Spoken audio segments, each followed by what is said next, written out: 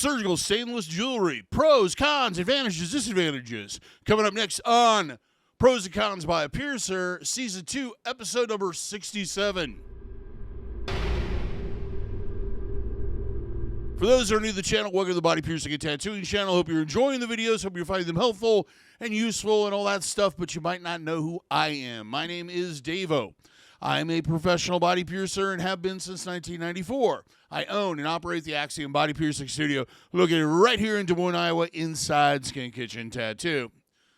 So what we're going to talk about today is surgical stainless steel or implant grade steel. Probably out of the two more commonly known as surgical stainless steel, though that can mean a lot of different things, and we'll get into that a little bit later. So let's start off with the pros, the advantages, things that make us go, yeah, it's a good product. The first one is affordability. Out of a majority of the jewelry that's out there, most of the most affordable or cheapest, affordable is always a nicer way of saying it, is implant grade steel. It's cheaper to manufacture, it's easier to work with, so thus it's a little less expensive than some of the other like niobium, titanium, and gold. So it's a little bit cheaper. Durability. It is one of the most durable pieces of metal that you can, jewelry metals that you can use. You get a high polish on there, and it's going to be mirror-like. It's going to look like glass, and it's probably going to last forever. Biocompatibility. Now, this is going to be something we'll talk a little bit about later before you all freak out and start commenting. Roughly about 80% of the 80 to 85%, there's no way of knowing for sure, of the population of this here planet we call Earth is not going to be have a sensitivity to nickel and thus not a sensitivity to surgical stainless steel. There are some out there that do, and we'll get into that too later on when we get into the cons. But a majority of the people out there can safely wear implant grade surgical stainless steel.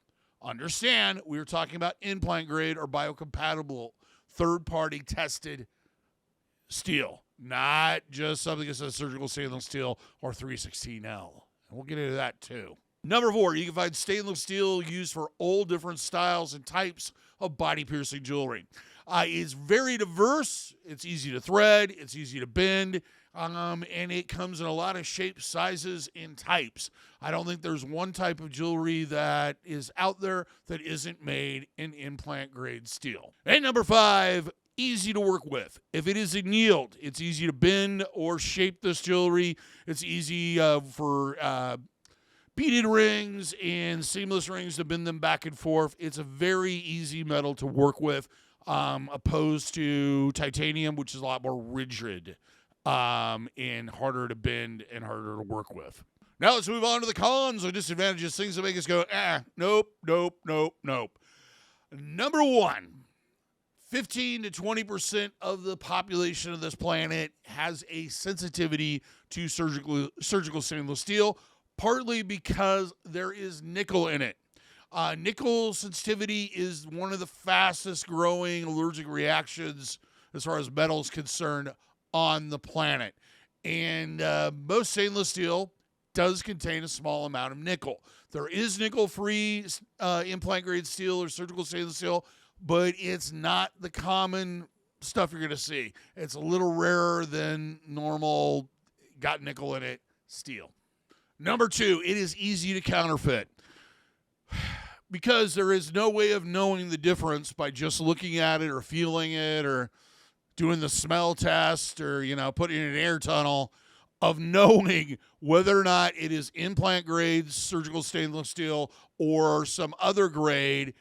It's really easy for companies to sell surgical stainless steel or 316 or 316L, VM, etc., and try to pass it off as implant and biocompatible surgical stainless steel when in fact it isn't and it hasn't been tested. Now, I should explain this. When we are dealing with biocompatible materials used in body piercing, we rely on third-party testing to certify whether or not it's implant grade, because every alloy has different levels of grade or purity, etc. Some have more imperfections, some have less imperfections. Some are more prone to be corrosive in the body, etc. So That's a big, huge problem. And you should always ask for the ASTM numbers, which in this case should be F130-86. Number 3, it's heavier than titanium. It is one of the more heavier metals. This really doesn't make a big factor if you're just doing like an 18 gauge, curved barbell in your eyebrow or something like that. But it does become a factor when you get into larger gauge jewelry. When you get up into your 6 and 8s, there's a decidable difference between surgical stainless steel and titanium. Titanium's a lot lighter when it comes to things like a 2 gauge circular barbell. I know personally.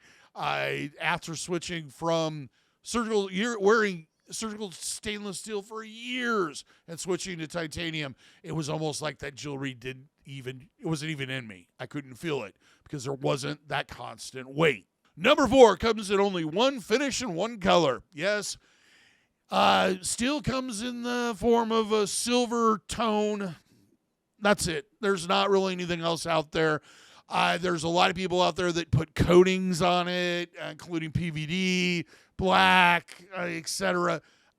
Most of that stuff isn't really that great to begin with, and there's better quality titanium stuff, to be honest with you. So yeah, it just kind of comes in one color. Unlike titanium, niobium, where you can apply or anodize the jewelry and change the color of it, or even 14 karat gold, where you can add different mixtures in there to change the color of the gold more to a reddish rose or more copper or more white. Number 5 is something I really haven't seen a lot of research done on, but as far as body piercing jewelry, the reality is that they are saying, because nobody knows for sure why this happens, but the sensitivity to nickel is being developed mainly from overexposure to materials with nickel in them. Basically, in essence, the more you wear it, the more sensitive you become. Now, it's kind of important to explain what exactly happens when your body has an allergic reaction.